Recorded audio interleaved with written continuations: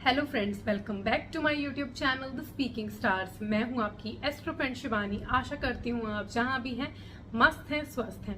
इसी आशा के साथ आज का विषय जिस पे हम बात करने वाले हैं वो है मेरी moon in the different houses की सीरीज का नेक्स्ट टॉपिक, जो कि है moon in the 4th house.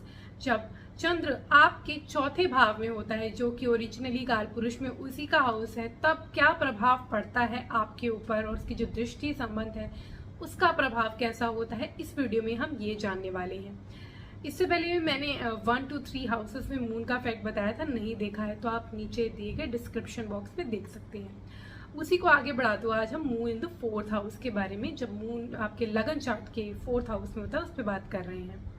For that सबसे पहले आप मेरे चैनल को सब्सक्राइब कर दीजिए। आप लाइक, शेयर और कमेंट भी कर सकते हैं। पर्सनली कुंडली रीड करवानी है तो नीचे दिए गए नंबर पर संपर्क कर सकती हैं। तो चलिए दोस्तों, शुरू करते हैं आज के वीडियो के साथ। मून यानी कि चंद्रमा, जो आपके इमोशंस को सबसे ज़्यादा डिनोट करता है, क्योंकि मून जो है वो 2.5 दिन में अपने जो साइंस बदलता है, एक साइन में दूसरे साइन में 2.5 दिन में आ जाता है। वैसे ही इंसान के इमोशंस बदलते हैं। इंसान अभी पल में ये सोच रहा है, दूसरे पल में ये सोचेगा, तो ये सब जो है वो डिनोट करता है मून।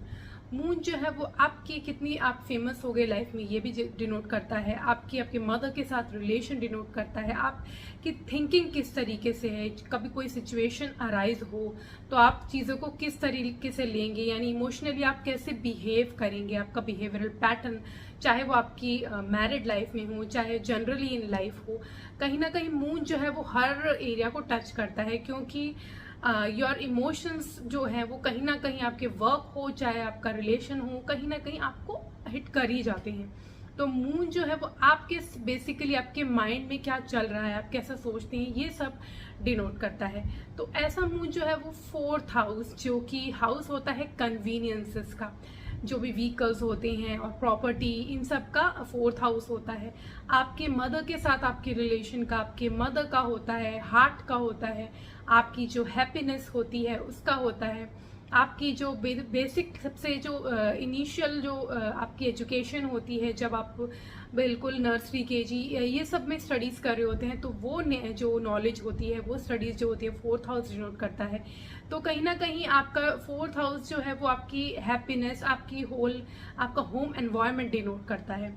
तो मून जैसा प्लैनेट जो बहुत ज़्यादा फ्लक्चुएटिंग है, वो जब 4th हाउस में आप, जो कि उनका कालपुरुष में खुद का हाउस है, आता है, तो क्योंकि जो मून होता है वो आपका मन होता है, तो वो कहीं ना कहीं आपका अटैचमेंट बताता है कि आपकी अटैचमेंट किस चीज़ से रिलेटेड है। मून 4th हाउस में है तो आपको मदर से बहुत अटैचमेंट होगी। कन्वीनियंसेस जो आपकी लाइफ में, आपके प्रॉपर्टी, आपकी जो भी आपको सुख सुविधा की चीज़ें होती हैं, वो आपको बहुत ज़्यादा उससे आप अटैच हो गए। होम एनवायरनमेंट से, होम लैंड से, जो भी आपका जहाँ पे आप पले बड़े हैं वहाँ से आपको बहुत ज़्यादा अटैचमेंट होगी। क्योंकि जहाँ मून होता है वहाँ आपका क्या मन कहाँ पे लगता है वो बताता है।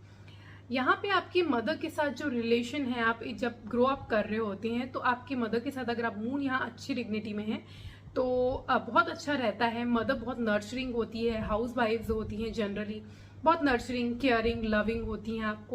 आपके साथ रह के आपको उनके मतलब एक तरीके से वो स्ट्रेंथ होती हैं आपकी। और कहीं ना कहीं आपका जो लाइफ में पैटर्न होता है, बिहेवियरल पैटर्न, और आप लाइफ में जो बनते हैं वो कहीं ना कहीं उनके बिहेवियर से बनते हैं।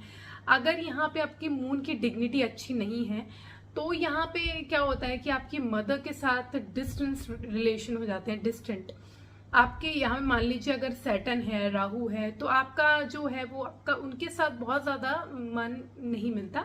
और आपकी मदर काफ़ी स्ट्रिक्ट रहती है। अगर मून यहाँ पे मान लीजिए कि अगर नीच राशि में है तो यहाँ पे प्रॉब्लम्स हो जाती हैं। इंसान जो है वो बहुत ज़्यादा, एक तो पहले बहुत ज़्यादा ही इमोशनल हो जाता है, मतलब कहीं पे भी इमोशन इन्वेस्ट करने लग जाता है, जो कि उसको पता नहीं चलता कि कहाँ करना चाहिए कहाँ नहीं। और व्हेन ही इज़ इमोशनल और ही और शी इज़ इमोशनल, बहुत ज़्यादा इमोशनल हो जाते हैं, तो ऐसा कुछ चीज़ें हो जाती हैं।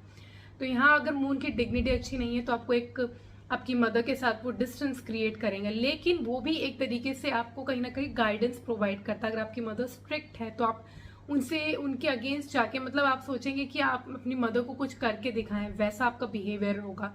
अगर आपकी मदर यहाँ पे आपके साथ अच्छी हैं, अगर मून अच्छी डिग्निटी में है, कोई बैड डिग्निटी में नहीं है, पावरफुल है, तो आपकी मदर का सपोर्ट आपको बहुत मिलता है, वो एज अ बैकबोन आपकी लाइफ में एक तरीके से काम करती हैं, आप गाइडेंस के लिए उनको हमेशा अपने साथ रखते हैं।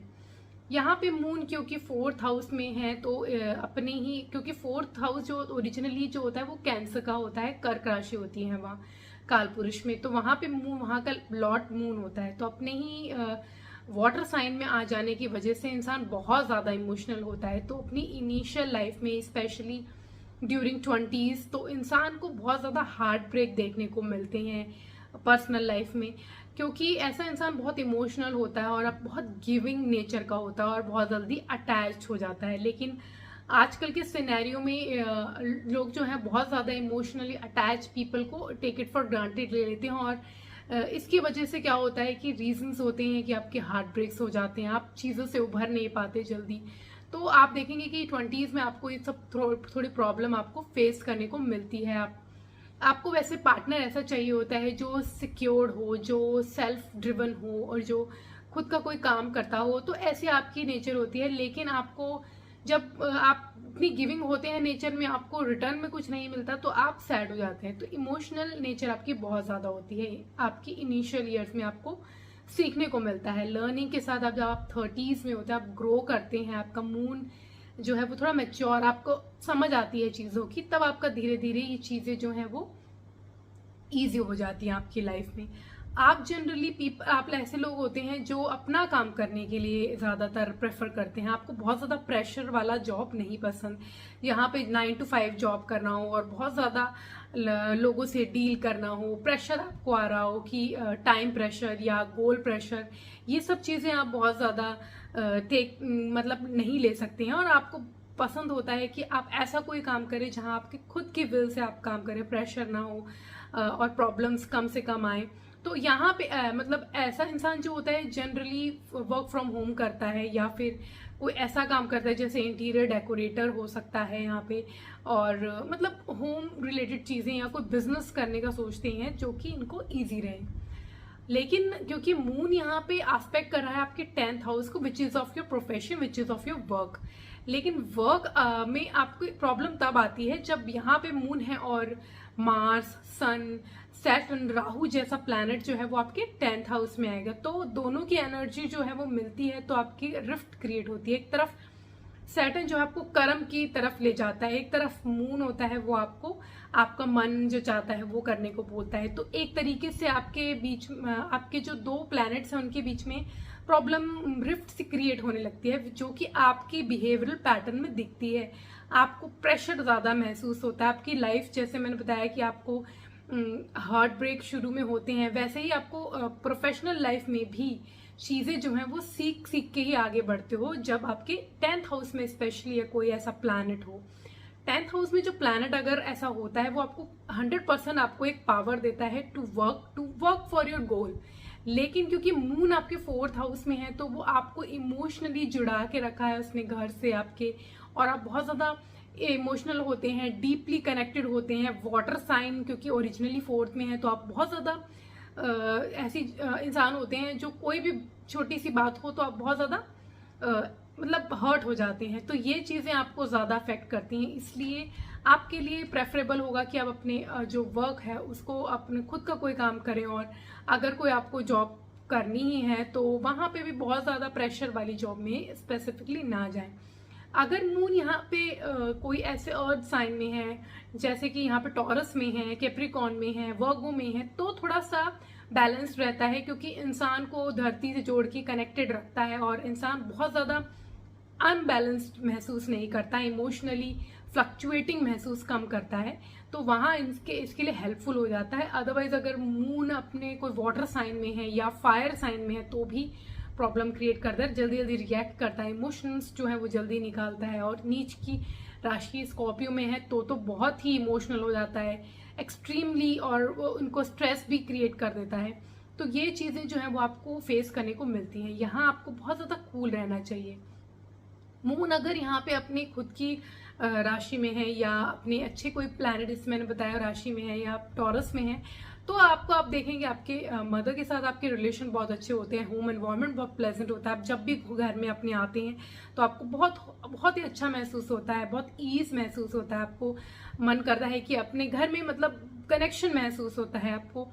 और अगर यहाँ पे राहु सैटर्न जैसा प्लैनेट साथ में जुड़ा हुआ है तो आपको ऐसा है वो अलग कर देता है, मतलब घर से वो अलग ले जाके ही काम आपको करना चाहिए ऐसे में, क्योंकि आपका एट पीस नहीं रहता। फिर आपका जो ब्रेन है जो रहना चाहिए फॉर गुड गोइंग, मतलब आपका वर्क के लिए, प्रोफेशन के लिए स्पेसिफिकली आपको पीस ऑफ माइंड जो चाहिए वो नहीं रहता। तो अलग जाके ही आपको मतलब डिफरेंट, अगर आप कोई सी सिटी में है तो डिफरेंट सिटी में जाके अपना वर्क करें तो ही आपके लिए बेटर रहता है। यहाँ पे आप इमोशनल तो होते हैं, लेकिन आपको आपका जो लाइफ पार्टनर, आप धीरे धीरे आप समझते हैं चीज़ों को, तो आपको एक सपोर्टिव लाइफ पार्टनर की बहुत ज़्यादा ज़रूरत होती है, क्योंकि आप खुद इमोशनल होते हैं। तो अगर आपके इमोशंस को सपोर्ट करता है पार्टनर तो आपको ज़्यादा अच्छा रहता है आपके लिए। तो आपको कुंडली मिला के यहाँ पे शादी का सोचना चाहिए, और बहुत ज़्यादा सोच समझ के ही, बहुत ज़्यादा ईजी डिसीजन मत लीजिएगा जल्दीबाजी में, थोड़ा सोच समझ के ही आपको यहाँ पे डिसीजन लेना चाहिए मैरिज का। यहाँ पे क्या होता है, जब इंसान को अपनी, जैसे मैंने बताया इनिशियली हार्ट ब्रेक्स होते हैं लाइफ में सफ़र करना, क्योंकि वो इमोशनल इंसान होता है। तो यहाँ पे जब इमोशनल हार्ट ब्रेक्स देखने को मिलते हैं इंसान को, या इमोशनली प्रॉब्लम्स आती हैं, तो टर्बुलेंस को साथ वो क्या सीखता है यहाँ पे, स्पिरिचुअलिटी। जितना ज़्यादा यहाँ पे इंसान स्पिरिचुअलिटी की तरफ इंक्लाइंड होगा, कनेक्ट करेगा गॉड से, मेडिटेशन करे, योगा करे, जो भी उनकी लाइफस्टाइल के लिए प्रॉपर, और उनको यहाँ पे मून जब हो तो आपको प्रॉपर फिजिकल एक्टिविटी ज़रूर करनी चाहिए, क्योंकि आपके लिए बहुत ज़्यादा इंपॉर्टेंट रहता है, अदरवाइज आपकी हेल्थ इश्यूज क्रिएट हो सकती हैं। मून जब 4th हाउस में होता है तो फिजिकल एक्टिविटी पे ध्यान दीजिए, आपने प्रॉपर योगा एक्सरसाइजेज, या फिर जो आपने जिम, या फिर जो भी जिस तरीके से आप अपने आप को हेल्दी रखना चाहते हैं, फिट रखना चाहते हैं, वो ज़रूर करना चाहिए। Not only mind but also your body. तो यहाँ पे दोनों चीज़ों का बैलेंस इंसान के लिए बहुत ज़्यादा ज़रूरी होता है।